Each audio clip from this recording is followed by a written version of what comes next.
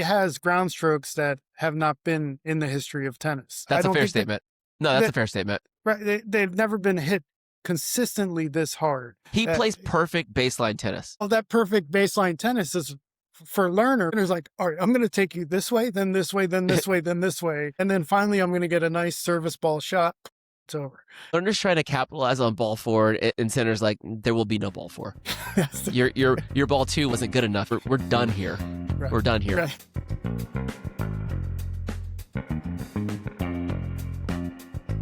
And welcome to another episode of the Best of Three podcast. I'm Alvin, and that is Patrick. And Patrick is here sometime post Australian Open, and we're going to talk about a little bit about his perspective on the tournament and some other things like junk ballers and other weird things that we like to kick back and forth. But I will first say, Patrick, good to see you. Happy New Year. How you doing?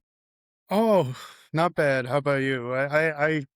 I'm all right. I'm flying from Japan to Wisconsin pretty soon. So I'm going to get colder. I'm already cold, but for the most part, it's not too bad. I'm exhausted from watching the Australian Open still. Yeah. But I know, I mean, I've been watching how you and Tori have been dissecting stuff. It's been great. Thank you. So yeah. I guess you've already talked a lot about the Australian Open, so a good bit. Yeah.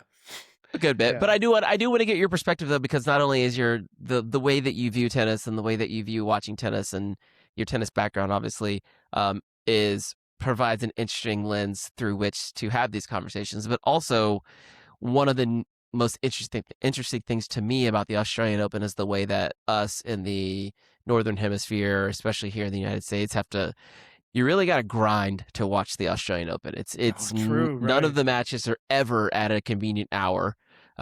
So I always say that it's really cool to watch tennis when your house is dark, but it's bright on the television, and it feels like getting up at 3:30 a.m. to watch women's and men's finals is like, it's like you're earning like a tennis scout badge of some sorts. But you live in the Southern Hemisphere. Is that right? It. Yes. Well, no. No. Northern, well, but, okay. But less the hemispheres. Yeah. More. You are in the same relative time zone, much closer to Australia than we are here in the United States. So you're tired. Kind of give me how you consume the Australian Open as a relative local. Yeah. Well, it's interesting because we get a lot of Alexandra Eala stuff. We get, I mean, she is blowing up right now. Yesterday, she beat Sasnovich. I don't know how, but I think it was more the crowd effect, how they're supporting her. She's monstrous crowd right now. And so we get a lot of course, Asian players highlights, I guess, because of where I'm located. But for the Australian Open, I'd say the most exhausting day was the semifinal. And I watched probably, I'd say out of the 10 hours, I watched 8 solidly and then went through. But I felt I learned everything I needed to know about those 4 players in those 2 matches. At this state, like I thought, okay, I understand them completely, what they're going through, what their state of mind was, how they're going to have. I even think I can see how this year is going to. I mean, I'm not that I can predict it, but I can see how the year is going to unfold, especially for Zverev, I think. I watched a lot of Zverev after that day. But the way I consumed it was, I felt we're 2 hours away from Australian Open. So yeah, I was able to just stay up all day with them and even had an advantage. Like when it was nighttime there, it was 2 hours earlier. So that's good. That's good. Yeah. That's good. So, okay. So I want to hit one thing before we get into the Zverev of it all, because I find Zverev to be, I'm also very interested in Alexander Zverev at this given point in the tennis season. But Alex Eala, right?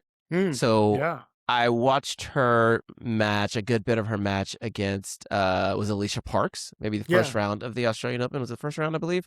And what I noticed was kind of the same thing that you were speaking to. Like, the crowd was an enormous factor in that match. They're playing on an outside court, not too large, Right. but it felt like a true like home, almost Fed Cup, Billie Jean Cup match, Yeah. because the crowd was on top of the court. And I mean, I'll give hats off to Alicia Parks because she got Yeah. bageled in the first set and then rode out the storm and won it in three. But That's it. it's very Grand Slams are different in Mm. that there are a lot of people there who are not your Mm. traditional tennis fans. And I think, a lot of commentators mentioned it. There's some people spoke about how like the Americans who were at the Australian Open, like they get into their big like USA, Mm. but everyone kind of gravitates towards their countrymen, because Right. they're traveling from all over the place. Like I want to go support the person whose flag is the same as mine. With Yeah. Eala being Filipino, Well, it is the Eala, Grand yeah. Slam of the Asia Pacific. So I mean, That's it. That's it. yeah, Yeah, she calls it her home slam, I yeah, think. And I think what happened with Parks that one match with her was she, she wins 6-0, and then I think maybe some self-consciousness came up, like is and also that crowd was just insane for her, and then I felt she just started to get a little bit careful, and mm, that in that way she's 20. She's gonna get better. But then I watched Sasnovich and her play in Abu Dhabi, and I thought, okay, Abu Dhabi, neutral location. Let's see how she handles it. No, not neutral, not neutral at all. It was okay, another thunderstorm for Eala, and you could just see the crowd just put Eala on their back and just say, "No, you're not losing this match. You're not losing." And she collapsed on the ground. She was almost crying, and it was incredible. And I thought, if she has this support in Abu Dhabi, I've never right. been to Abu Dhabi. I don't know, but if she has support there, I imagine New York, imagine other places. If she's getting into the second or third rounds, I think she's going to have an advantage wherever she goes. So, but yeah, I watched a little bit of that early on in the Australian Open. So, I uh, mean, yeah, that's a unique thing, and not a lot of players like pick a country that's not a major country, a large country, and that player's on tour kind of by themselves. If they're garnering crowd support, it's off of their own personality, it's and true. maybe the quality of their tennis. But players like herself, players from Argentina, Yeah, are also rabid fan bases who really rally around their countrymen. So that is as you start to get large crowds large crowds who are traveling for Grand Slams, which are not just tennis anymore. They're veering into the festival space, if you will. that's Well, that's a good word Australian for Open it. and U.S. Open specifically. Yeah, You yeah. start to get more people who are what I would say they're here for the vibes, and the Here for the vibes vibe. mean Yeah. here for the vibes, and the vibes mean I'm gonna cheer really loudly, Mm. really loudly. But that's I'm proud of you for watching tennis right now. I need a full like week off. I'm not watching anything. Well, for me, what I love about the smaller tournaments is you see a lot more experimentation in games. You see players who are trying new shots. You see players who uh, maybe new equipment and all that stuff. Sure. So I actually love 250s and 500s probably just as much as Grand Slams. I really like watching, even if I can get a glimpse of 125s.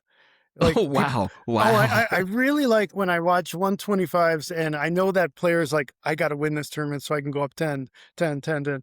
Do you remember, Goffin, right? David Goffin. Yeah. Uh, I remember when he was playing, and he would just really just target all of these challengers, and then you just keep seeing his ranking incrementally go up as he's just hustling on this 125 tour, and up into 250. I don't know. I like that kind of stuff. So uh, you get to see the junk ballers, like what Yeah. we've talked about a bit more. You see junk ballers. I guess, do I need to describe what a junk baller is to? I don't I mean, know. if you want to, I feel like this what I've learned about the BO3 army, if you will, is that Yeah. they get it. Okay. Definitely Okay. a highly educated tennis consumer. But go ahead and give your definition of a junk baller, as I think the listeners might not be aware. You are one of them. You are these are your Yeah, people. yeah. That's the truth, isn't it? Yeah. Well, junk ballers are they improvise to a fault, I would say. I think at some point they would rather give the opponent a shot they haven't seen rather than give the opponent the shot that they need to perhaps win. It's not so much for the crowd, it's more for variation, it's more for unpredictability. Sure. I think Jensen Brooksby right now is doomed to be a junk baller. I think he hasn't realized that yet, Mm.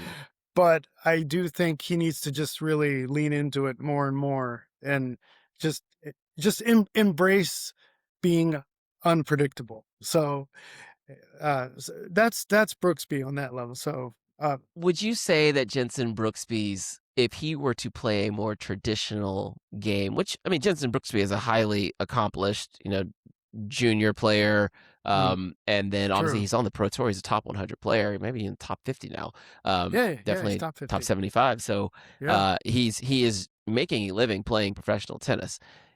Are you saying that his ceiling as a quote unquote standard player is limited, and he would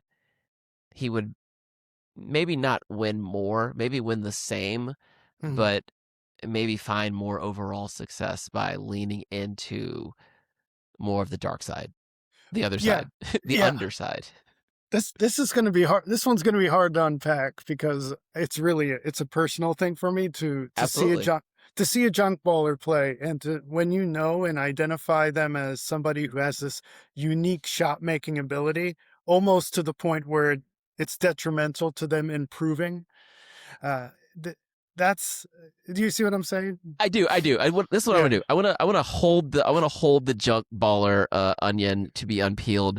I want to push it out a little bit. I'm sure, gonna push it out sure. a little bit. Let's go back to the Zverev of things. Yeah, You were yeah. you were you were attracted to, of all the four players competing in those in the Ah, yeah, semifinals yeah. on the men's sides, Zverev stick out to you. Hmm. Why do you say that, and what for? Okay, so the Alcaraz match that was a marathon, right? I mean Hmm. that was you see Alcaraz get injured, and then you see those two tiebreakers, and post match Zverev says, maybe I should have gotten rid of him faster during those sets to save myself because at 5-3 I couldn't push up when I was serving. Hmm. That was his big comment. Yeah, in the He just post. Yeah, in he the post match. Yep. yeah, of course, that at 5-3, I don't know. I haven't gotten to his level, but I would imagine I'd be massively nervous too, which would explain probably his legs getting a little weaker in that. I don't know. Just Yeah. well, yeah. I mean, it's been a marathon, 5.5 hour match. Right. Yeah. I mean, you're like, oh my god, I'm gonna beat this guy. I'm gonna get to the final, and yeah, of course I would shake, but yeah, I don't think I would even be able to feel the racket in my hand, at that point. But Yeah. what I saw in Zverev though is fitness. I guess I never really understood how fit Zverev was until the end of that match. And yeah, he said his legs were shaky and everything, but he seemed very well constructed and able to handle anything, Hmm. any long match. And the 7-6, 7-6 sets that he won, Yep. I thought this bodes really well for the French for him. Uh, I think he should feel so confident that he can outlast anybody on tour at the French Open. So when I was watching him play, you ever notice Zverev he's almost phobic to hit the ball before the service line unless it's an angle. So he hits the ball so deep almost all the time. All the Yep. time. I mean, I know of course, a lot of players, that's the goal. I mean, that's what we're taught when you're younger. It's like get it past the service line so that you can neutralize your opponent. But Zverev, when he does it, he limits Alcaraz's ability to improvise. And I thought, wow, Zverev can stunt Alcaraz's ability to find joy in the game. Mm, And that's where I was, my mindset was with Zverev. I thought he can knock off Alcaraz because he drains him. He can drain him a bit. Whereas I think with Djokovic and even with Sinner, who I think that's another story, but with Djokovic especially, there is a component that allows Alcaraz to be freer. He can do what he wants. He can change his game. So, uh, but but I think Zverev has an uncanny ability to make you feel like you can only do this, and if you don't do this, you will lose. So okay. slowly, Okay. Let's unpack that because sure. I won't even bury the lead here. I agree with you. Okay. Let's start there. Coming out of that tournament, Mm, yes, what Carlos did was amazing. One, two, sure. what Novak did was amazing. Let's not forget that. That was also amazing. But the Zverev of things, I've been critical of Zverev, on this podcast. I was critical of Zverev for not being able to serve it out. I think he was serving at Mm, 5-4 in the fifth set. I'm okay. like Yeah. I'm like True. big True. I'm like big Yeah. man. You've got the balls in your hand. Like you have the balls in your hand. You're serving at a 70% first serve clip. You're winning 75% of your first serve points won. Mm, Like this is what more do you want? What more do you want? yeah. And okay, I have not ever felt 5.5 hours of tennis against the best player in the world in my legs on a hot day. Okay, Right. Right. fair, True. fair. True. So Yeah. let me. I will come off of that and go. Okay, if he couldn't, if look at the contra positive here. If he couldn't get it done, it must be that difficult. So let's put That's true. maybe we can look at it from that standpoint. Yeah. One, two, to his point about maybe he shouldn't have gotten through those 7-6 sets a little bit quicker.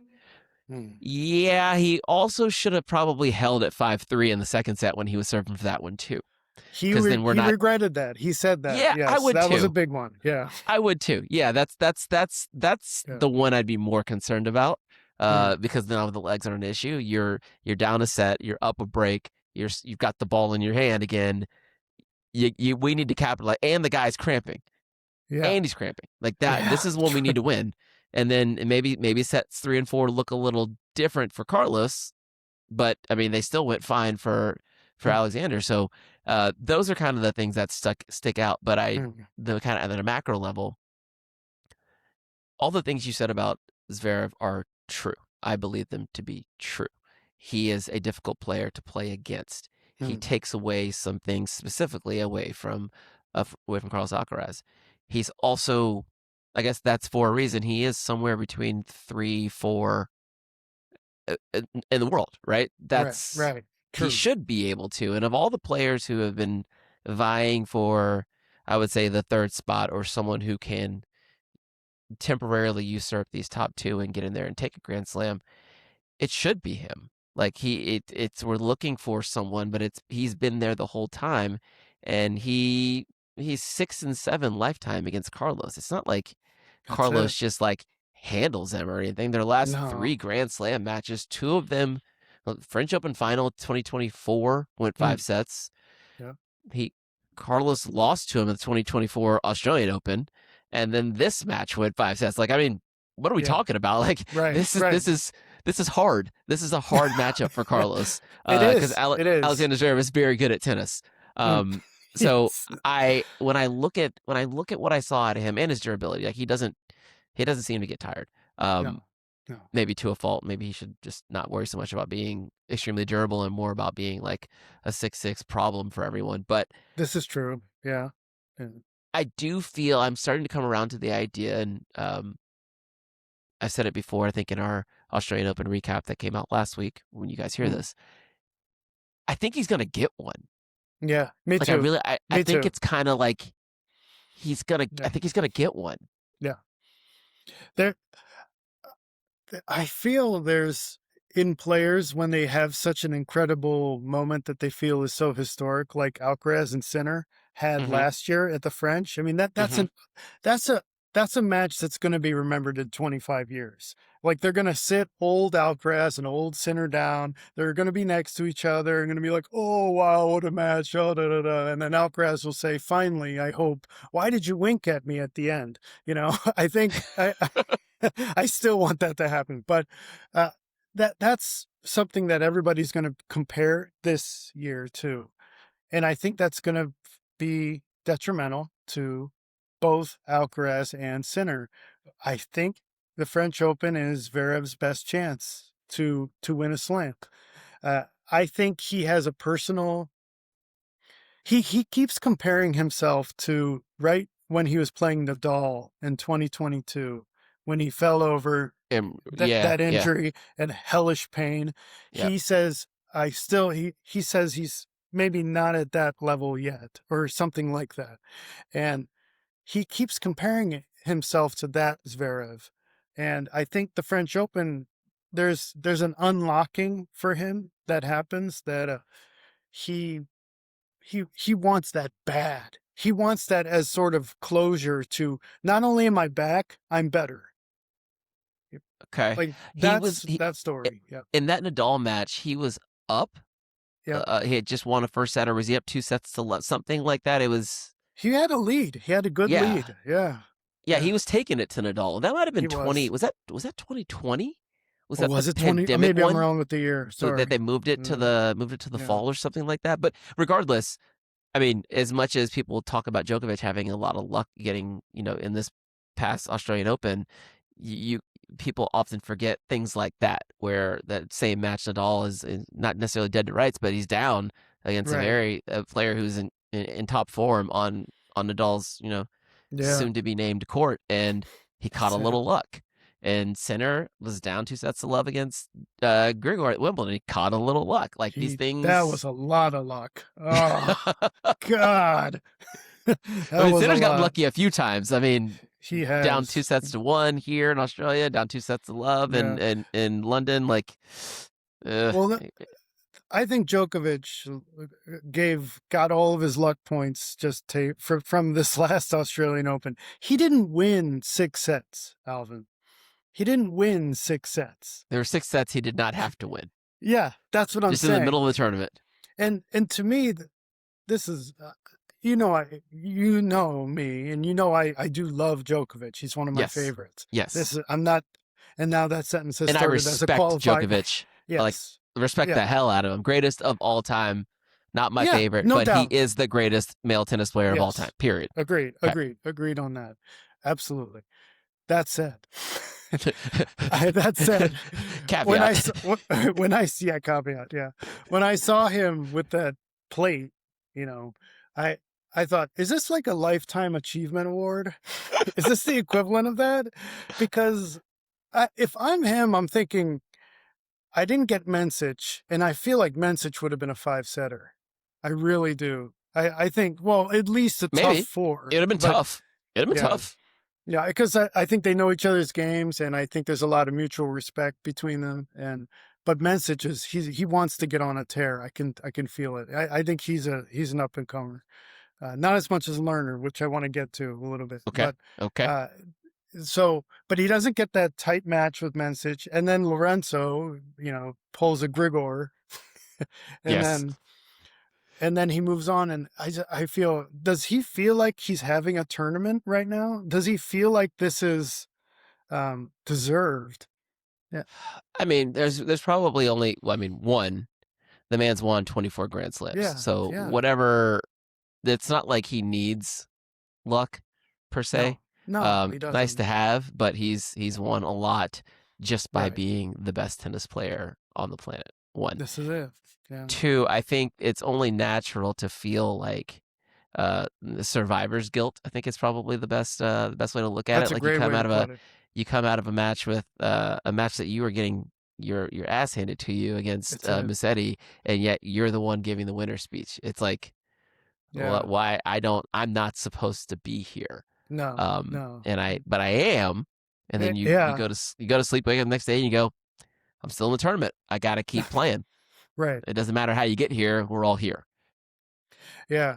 You almost feel maybe this is a wild idea, but what if Djokovic just drops his ranking a bit so that he can scatter Sinner and Alcaraz in the Grand Slam? I had the same thought yesterday. Yeah, Like yeah. maybe it's not having enough energy to meet them at the end. Maybe it's just playing them earlier. Yes, yes. Or like you get Sinner third round, then you get Alcaraz in the final or something like that. Or like if you do that, then is it not God, easier is such a terrible word, but is it not, do you not have the battery recharged for Alcaraz from an emotional standpoint? Back to back Sinner Alcaraz? Ugh, no way, right? As they're getting sharper and sharper as they go through, like Yeah. especially in Australia, right? Where you come Mm, into the French Open, everyone's played 3 or so clay court events. Like they're ready to go. They're ready yeah. to go. Middle of the season, clay court ready to go. But Australia, neither Alcaraz nor Sinner plays a warm up event. So like if you're gonna clip them, it's gonna be early. Yeah. Like it's That's got it. to be early. Yeah. And okay, I'm glad you mentioned that. Like we did not Yeah. talk about this. We shared no agenda before this We did not. podcast. I was thinking the same damn thing the other day. Yeah. Yeah. But I mean, well, there he is. He's just now moved up to number 3, right? So of course it's probably not going to happen for a long time. Right. But if he plays 2 more years, which who knows at this point, but Why not? yeah, yeah. If he plays 2 more years, I say this year, go for it. Go stay 3, do it. But maybe next year, chill.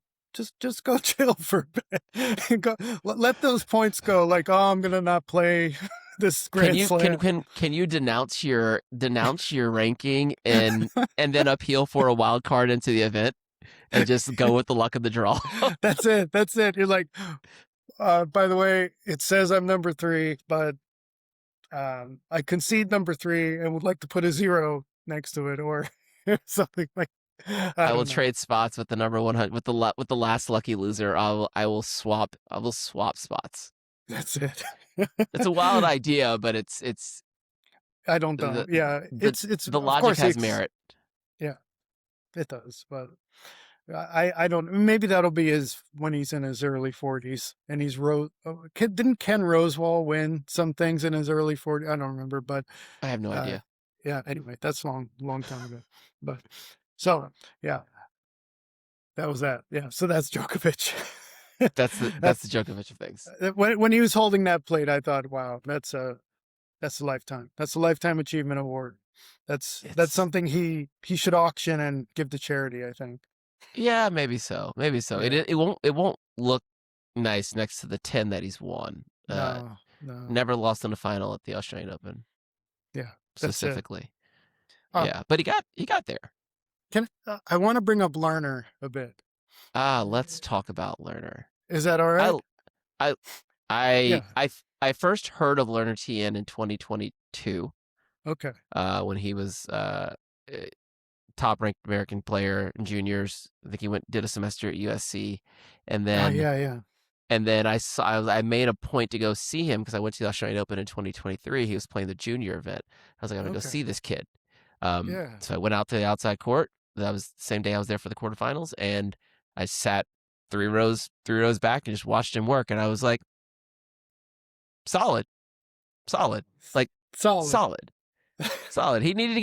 He was a little chubbier, Okay. not in pro shape. Obviously, he's a Yeah. junior at that point, but um, court presence was there.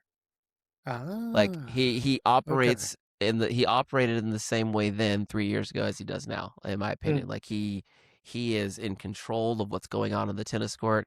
He has played thousands of matches at a very cerebral level, and he's just like, it's like he's like, I've got this. I understand everything that's going on out here.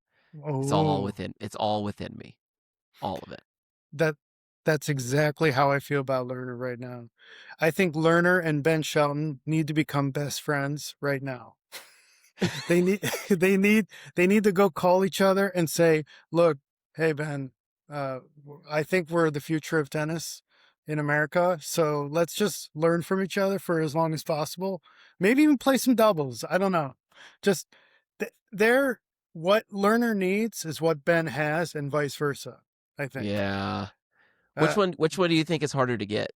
Like if you had to start, if you had to be on the pro tour at the age of 20 and I don't know what Ben is, 23, maybe Ben's yeah, 23. right. Which one would you, if you had one and needed the other, which way would you take it? Oh, I think what Lerner has is can be taken quicker by Ben than the other way because but I'm talking more like attitudinal Oh, from okay. an attitudinal basis like Lerner just needs a little bit more of that assertive quality in his match like to find that moment to overpower the opponent without having to make it so unbelievably hard on himself. Mm, Uh, Whereas with Ben, he needs to find different ways of providing variety in his game during matches so that he doesn't seem so much like a bulldozer, like somebody who can I'm trying to overpower you. And if I can't overpower you, what do I do next? I think Lerner has these dimensions to himself in his game that Ben can take from.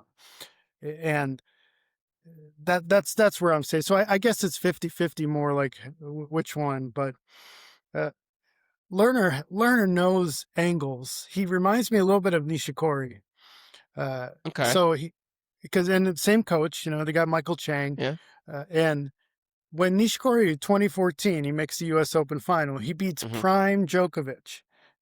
He beats players that are already at that level, and he has angles. Nishikori has no business beating these top players, but he has the angles that they don't see every day. And Lerner has the same thing. He's able to make the court wider.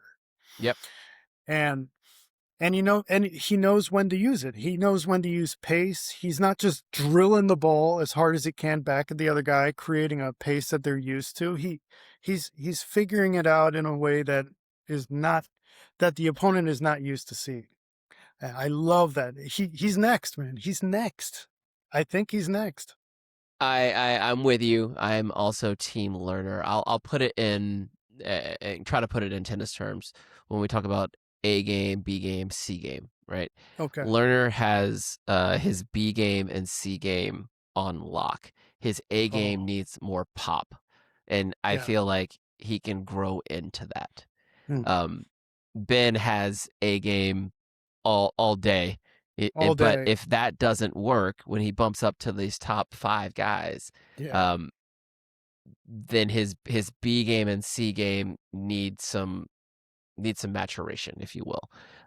But I will say Ben's also top 10 in the world, so like I think he's Yeah. doing fine. Yeah. He's doing fine. Of Like course. Yeah. like let's put that out first. Like Yeah. whatever he's doing is working. Yeah. And he's moving in the right direction. So Right. uh I mean both of them move in the right direction. American lefties on the men's side Yeah. Well, are tracking well right now. But from well, my standpoint, yeah.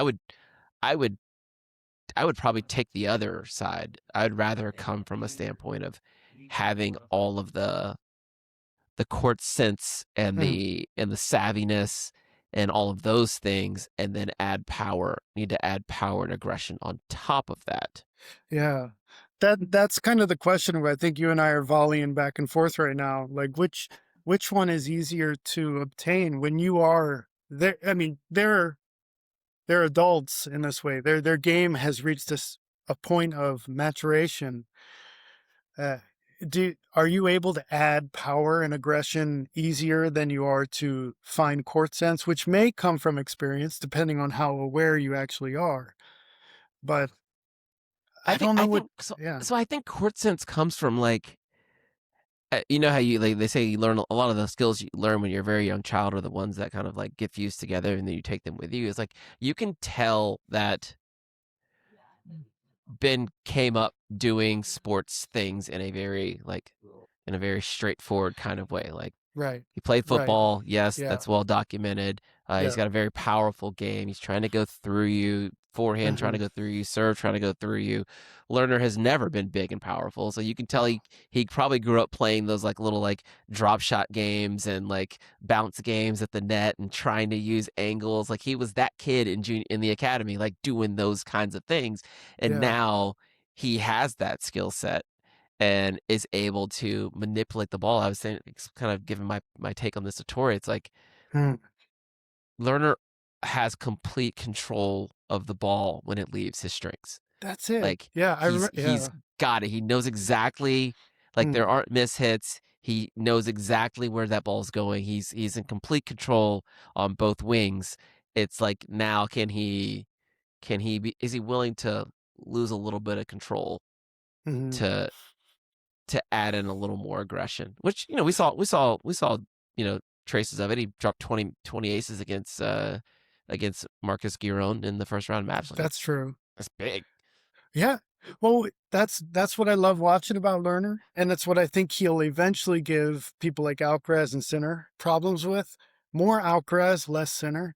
Sinner's a problem for Lerner. It Sinner's was a just like, problem for like everybody. no, not well, yeah, of course, yeah. I Like, said a very obvious thing, but no, yeah, in that Alcaraz and Sinner live in this duopoly, yeah, but not everyone interacts with that duopoly in the same way. Like sure, Zverev, like we talked about earlier, Zverev can match and handle Alcaraz on occasion. He seems to really struggle with the execution of Sinner, yeah, which is it's a very, I guess everyone kind of does. yeah. Um, he just I makes it so hard. Yeah, the RPMs that Sinner's working with, the horsepower, it's it's unparalleled. Like, it really is. Like he has ground strokes that have not been in the history of tennis. I That's a don't fair think statement. No, that's that a fair statement. right. They've never been hit consistently this hard. I think. He Uh, plays perfect baseline tennis, like yeah, perfect baseline tennis. And and that in a yeah. go ahead. Well, that perfect baseline tennis is for Lerner. Lerner's like, okay, I'm going to craft this point. And Sinner's like, all right, I'm going to take you this way, then this way, then this way, then this way. And then finally, I'm going to get a nice service ball shot. Poof, it's over. And Lerner's thinking, oh my God, what do I do? What do Well, Lerner's trying to capitalize on ball four, and Sinner's like, there will be no ball four. Your ball two wasn't good enough. We're done here. right, We're done here. right. There That, are no mistakes allowed. It's it's interesting like that. Like, yeah, Sinner plays perfect baseline tennis, and everyone else is also playing baseline tennis, so that's why they can't beat him. But Alcaraz is just like, I'm not gonna play baseline tennis. I'm gonna do that's something it. else. We're gonna play Yeah, sideline tennis, and then we're gonna play back fence tennis, and then we're gonna play I'm coming to the net tennis. that's right. Now you're coming to the net tennis. That's it. That's it. I think Lerner could have more fun with that type of improvisation, and he could actually make things work in his advantage. Because whereas Alcaraz is like, all right, crowd, come with me again. We're gonna make some incredible moments. Lerner's like, I'm gonna stay right here in this spot, and I'm going to go with you, but I'm going to know when the angle appears just slightly quicker than you. That's Lerner in a couple years against Alcaraz, but I don't know what he's going to do with Sinner. But I don't I, know. A I, lot of people are gonna do with Sinner. They're not gonna do anything with him. that's They're gonna true. lose. They're gonna keep losing to him. Yeah, that's why do you think Sinner? This is such a general question, but why do you think Sinner lost to Djokovic? Is it just because Djokovic was unbelievably fresh and was like, wow, I didn't play in about 4 days, so do you think? I'm gonna watch my head for the Djokovic keyboard warriors who are about to start coming at me here. Uh, Um, I think okay, Jannik just didn't play well, quite honestly. Like mm, when I was watching that match, even through the third set, it was like Yannick's playing at about 85% right now. He's cruising. He doesn't really yeah, seem like he thinks he's going to lose this match, mm, and he operated as such. He just played so poorly on break points, like yep, uncharacteristically bad on mm, 2 out of 18. Like, how many yeah. times was Djokovic down triple break point? And that's Yannick had 6 opportunities at triple break point and got none of them. Like, what is in what world does that happen? Yeah, yeah, I mean, Novak served well on some of them, mm, but so, there was one in particular where Yannick had an inside in forehand return and just yeah, sprayed that thing. Like, yeah, he yeah. looked like not himself. This is in the fifth No. set, and I was like, "What the hell was that?" Yeah, he's never that. Well, in the last year and a half or so, he's never Yeah, that way, especially on hardcore. yeah. Just and Yeah, I still feel how I mentioned about his indoor level. Yep. I think if you close the roof on that day against Djokovic fifth set, Djokovic, see ya. Sorry, Yeah. Yeah. but Potentially. Yeah. because Sinner can just dial in a little bit more indoor and just control the elements. So, but How okay, do you yeah, think Yannick responds? Like we've seen Yannick have some things have happened to him in the last year or so, and he has always responded well. Like he found out he got the allegations of substance abuse, whatever it was right, officially. He finds out during the U.S. Open 2 years ago, 2024 U.S. Open, mhm, and he carries that with him through the entire event and wins the event. Right. He gets suspended. He comes back from suspension, and first tournament back, he's in the finals of Rome against Carlos. Right. yeah, Okay. Loses that match against Carlos. Comes back. He's in the finals of the French Open. yeah. Loses a heartbreaker. Like, what does he That do is a after that? heartbreaker. He Yeah, comes back and he wins Wimbledon. Right. yeah, So yeah, he yeah. has shown a certain level of resilience here. I think this is another point. Like, Mm. what does he look like coming off of a very public missed opportunity? Um, what does he come back looking like in the Mm. next swing, if you will? Well, I think he has a lot of, well, this is a practical answer, but he has a lot of ranking points to pick up that He does. people He does. people don't really, that 3 month suspension leaves 3 months of tournaments, which leaves a lot of points that he can pick up and then maybe take the number one spot. I think he wants, of course he does. He wants number one more than anything. So when that means beating Carlos, but I don't necessarily think that he's going to have these next two Grand Slams. I don't think he's going to have the French Open. And I don't think he's going to have Wimbledon. Are you saying that because Carlos is going to take them, or someone else is going to take you think Zverev is going to win the French Open? I do. I have It, that sense. I have the sense that Zverev is positioned. I hope he stays healthy and everything, and mentally I hope he stays plugged in because I know he's got an existentialism streak to him that he falls into quite a bit. That it's like, oh, well, where's the joy? Where's the joy? Or he can't find it. And sure. I mean that might happen, but if he can just say, "F it," forget it, forget all this stuff, like, uh, and just lock in for that French Open, he should take it. I think he's there. This uh, for I mean, Sinner and Alcaraz, I don't know. There's the iconic part of what last year brought that makes me think that they're not going to perform at the exact same level. So well, I mean, they can not perform at the same level and one of them still win the tournament. Like this that is that true. that could be true.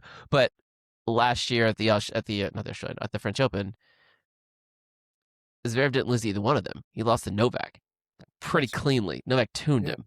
Um, he did. so that's another Novak problem. almost always tuned. Like whenever Novak gets on the court with Zverev, I just feel okay. Long rallies won eventually by Djokovic.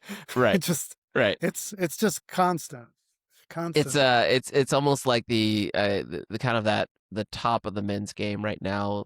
Maybe Mm, yeah, I would include Carlos and Yannick in this one, all the way through about through Sinner. I mean, through Sinner down to Zverev, down to Novak, or whatever order you want to look at it.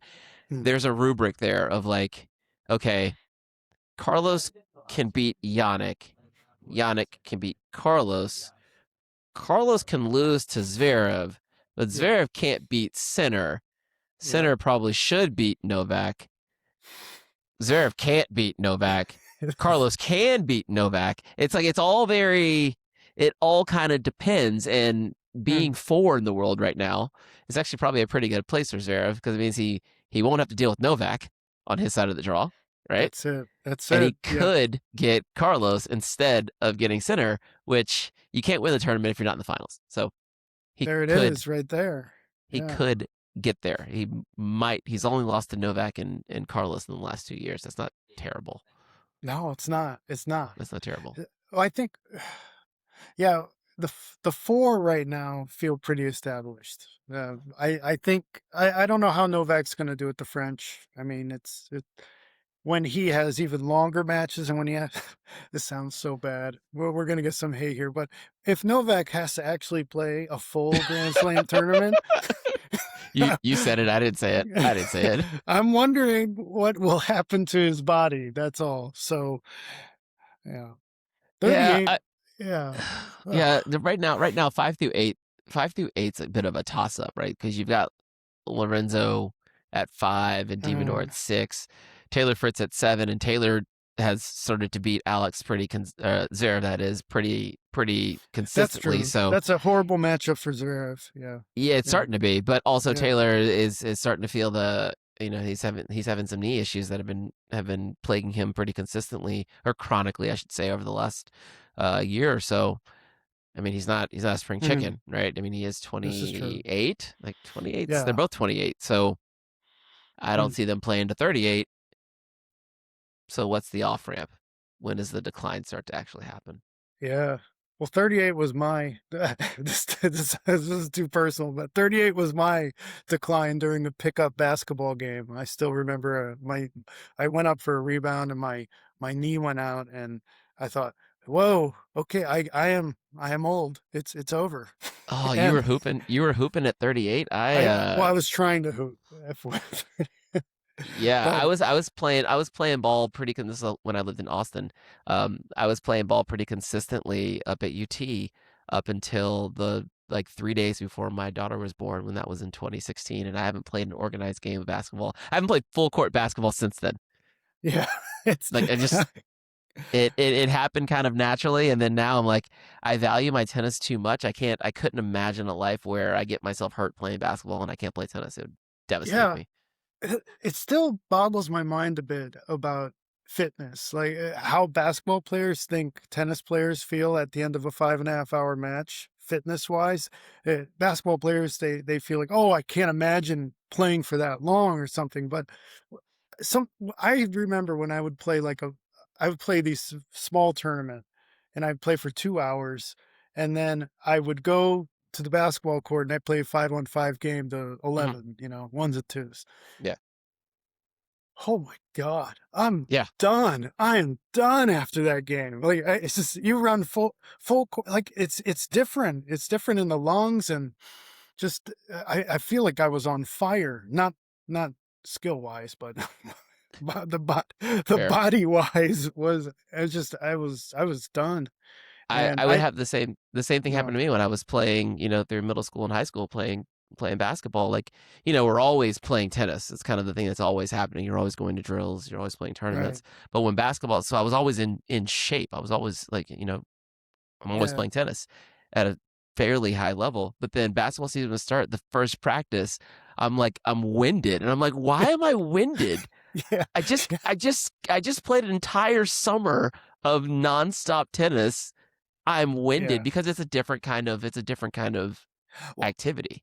yeah, it's interesting. And when you go back and forth, sorry, this is a little basketball tangent we're on, but Ah, it's like when you have a stoppage in basketball during a 5-on-5 game, that's not a stop. That's not when the mind is just, whew, okay, anyway. So, what am I going to have for dinner? You're not thinking that stuff. right. Instead, you're thinking, okay, who do I got? All right. What position do I need to be in? Like, how am I While doing with the, you're running and figuring this out. You're jogging back right. and you're like, Yes, you're jogging back. Constant. It's right. It's constant movement like that. And I think tennis, you finish a point, then you walk. You do that whole like I'm gonna go walk along the fence as long as possible and to pick up on to the balls. You got to pick up right. Yeah. balls. Yeah. Get to the So line. You got to serve. I mean, we have a 30-second, 30 seconds or 25 seconds, whatever it is between points. yeah. Most points, like 80% of points, in before the fourth shot. So like on in any given point, like any given moment, you're not working that long.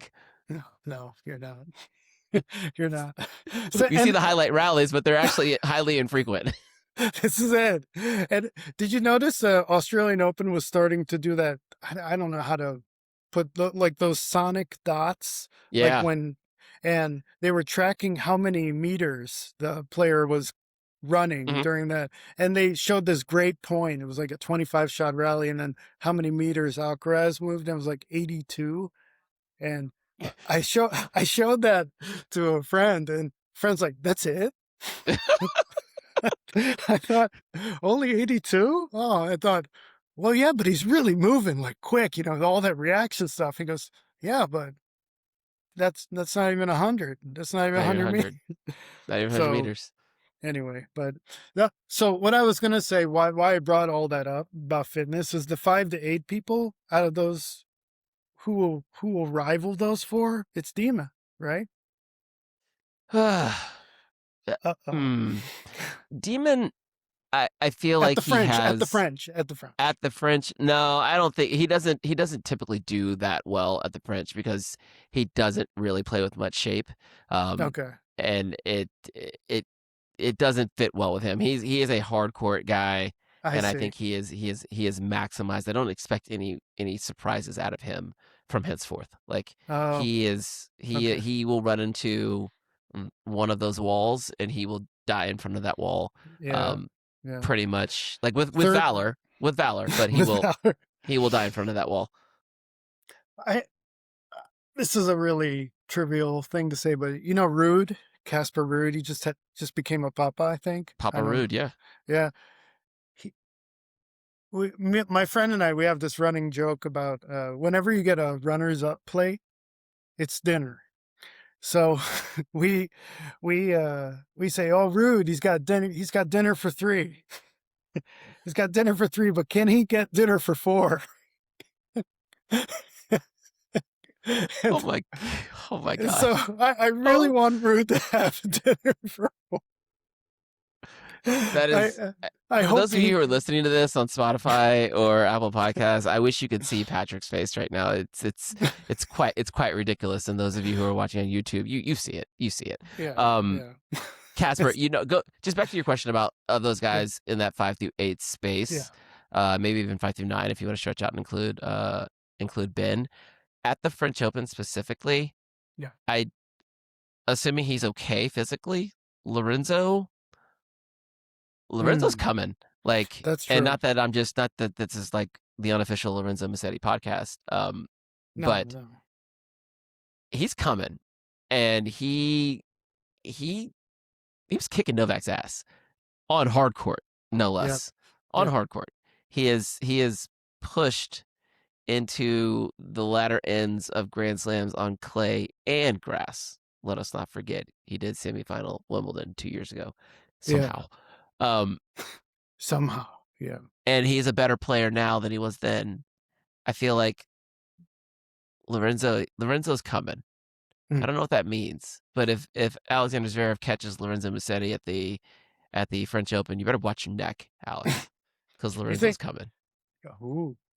I like Lorenzo at the French, but I don't like him against Alcaraz or Sinner, of Fair, course. fair, yeah, I don't. I think, especially with Alcaraz, they'll just get into these shot making, mine's better than yours type situation. So with Sinner, it's weird. It's a countryman, right? And in that yep, way, there's a different dynamic to that you and I and anyone else who's not them can't really engage with. There's a gamemanship going on there that I think we can't really relate to. But when it comes with Alcaraz and Lorenzo, I was thinking I actually had a quote ready for today, for the podcast today, because okay, I wanted to bring up just a little bit more about Alcaraz's improvisational quality, and Lorenzo has it too. So now yep. that we're talking about him, and that's kind of why they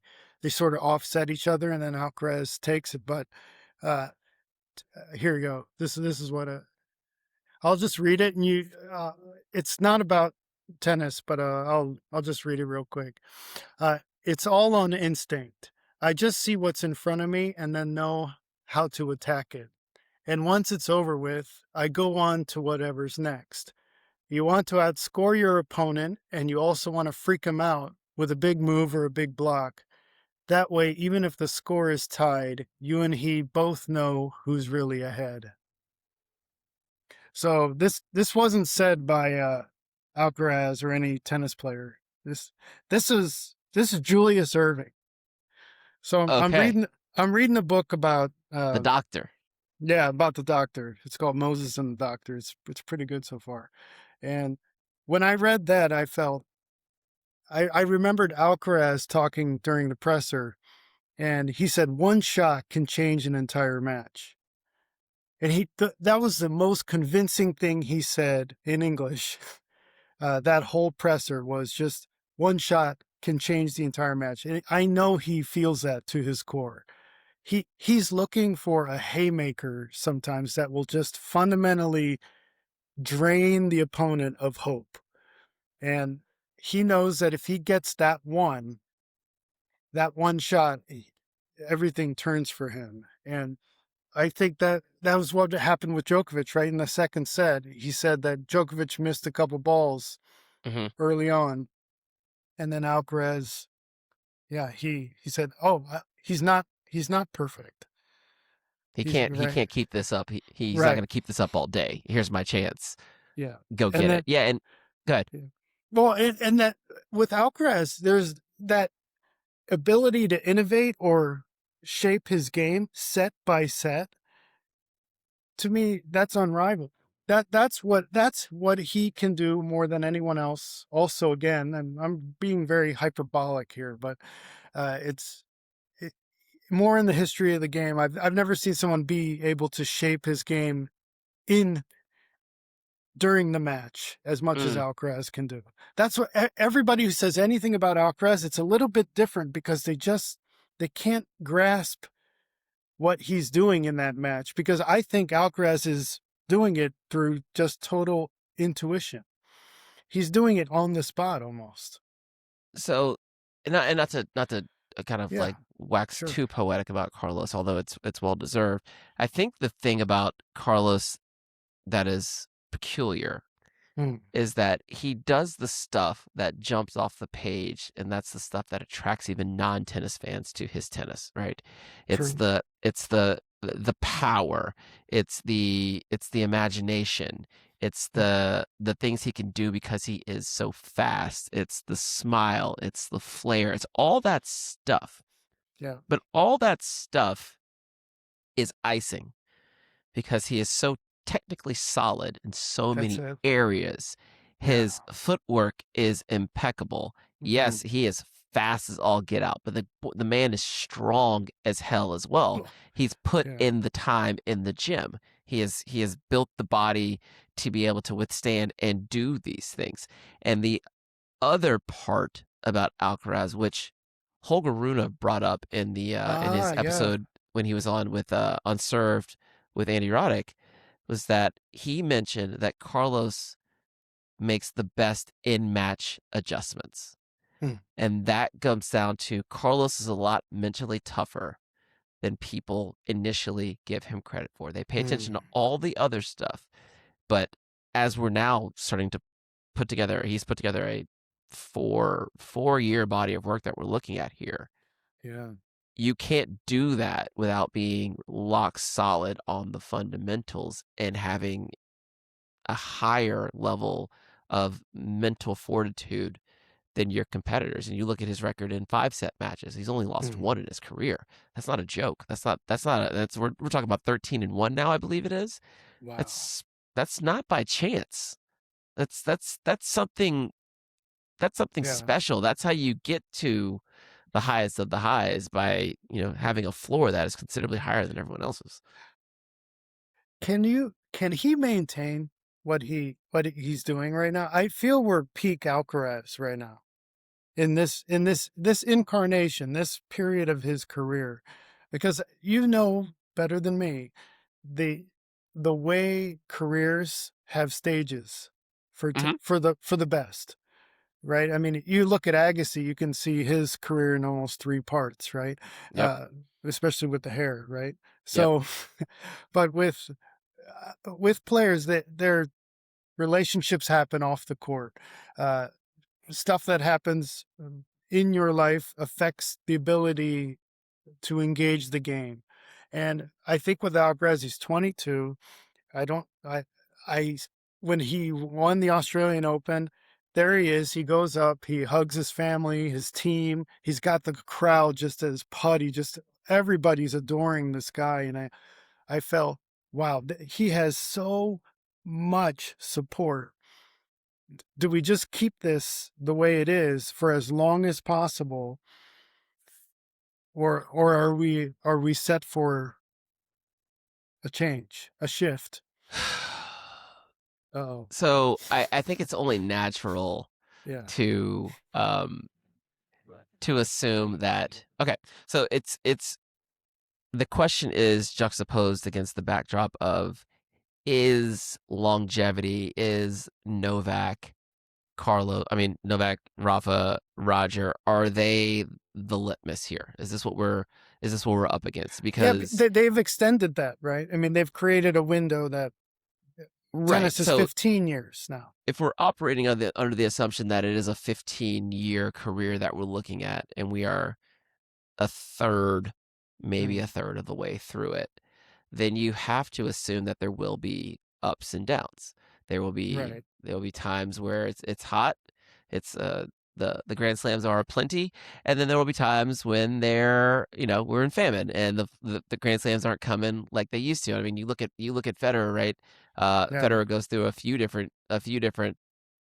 patches here, but like once he comes out and wins his first one in 03, and then the next year he wins 3, and then it's 2, and then it's 3, and then it's 3, and then it's 1, and then 2, and then 1, and then none, and then 1, and then none, none, none, none, 2, 1, none, none, none, none. So you start to see that it was all him, and then it was him and Nadal, and then it was Nadal on clay and him everywhere else, and then Murray, and then Djokovic, and now it's all of them, and then a bundle, and then it's Nadal and Djokovic, and then Fed comes out of the woods, and then it's Nadal and Djokovic again, and then Fed comes back out of the woods, and so like I don't know, what did he get to, 17 of them? That's, See, was it more than that? I feel like 20? where you're, Fed got 20, right? 20.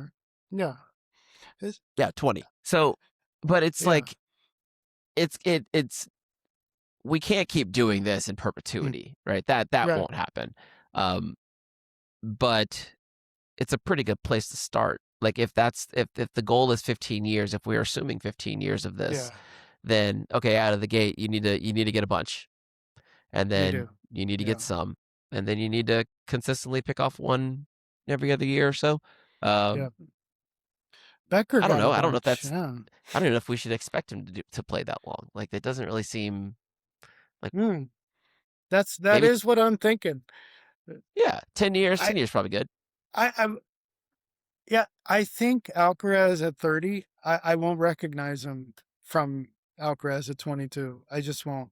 I think we're in for more of an evolution in Alcaraz, just as a man, as a person. Like it just.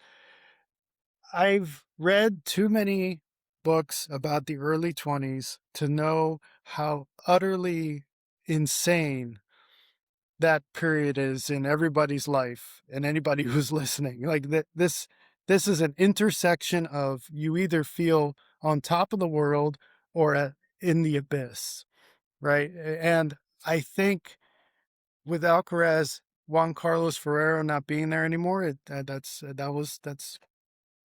happened. That's in the past. But the Australian Open was, I'm going to prove to everybody that I don't need JCF.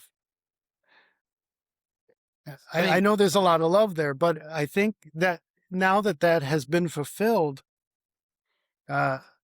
he's going to be left wondering what to do next. I mean, he's got the double career slam, right? If he goes back and repeats in the Aussie, but these are check marks, things like that. Is there?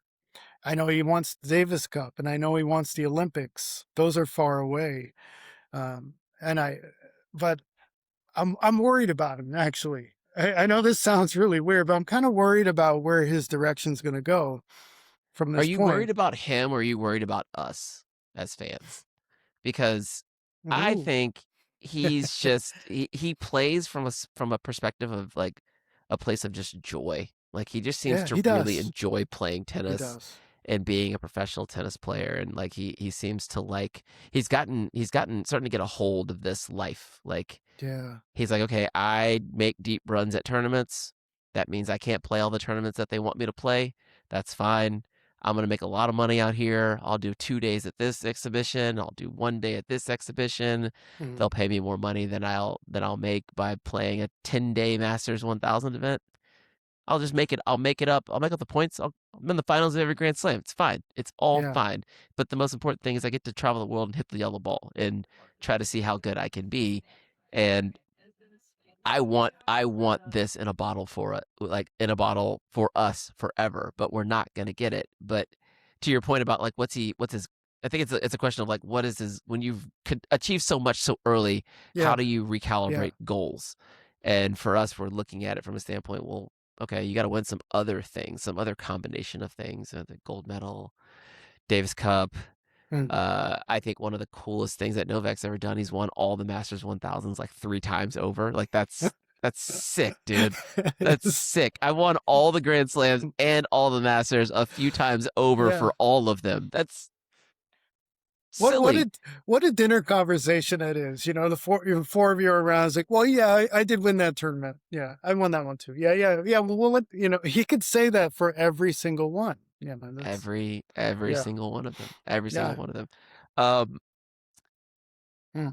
did we talk enough? I think we covered. Did we cover the junk ballers at the depth that you wanted to? I know we got into this when you and I get together. The Alcaraz of things pop up, and we Yeah. just we Let's get a little loquacious here. maybe let's save junk ballers. Let's save it Okay, for yeah. okay, Let's save that's it fair. because that's something that I have to really not just prepare for, but prepare how to deliver it so that it doesn't sound like I'm just talking out of my, you know. Yeah, that's So, fair. And you are for those who are still listening. Patrick does contribute. He's a sole contributor to the Best of Three podcast Substack, actually, because Patrick is not only a professor but a writer by trade, and does spare some words for us normies about tennis on the Substack. So I'll make sure. I hope that should be linked somewhere in the bio. But oh yeah, if not, I'll link it in the comments, maybe in the description. I should do something like that. That seems like what a professional well, podcaster would do. Link, subscribe, tell your friends, all that kind of stuff. I think we did well, Patrick. I think we you did did well. well. I think We so. did well. To be And continued, as to, always. Yeah, always to be continued. Enjoy your yeah, travels. Get over here to the States safely. yeah. And if I don't see you soon, I will definitely talk to you soon, buddy. Best All of right. three. We are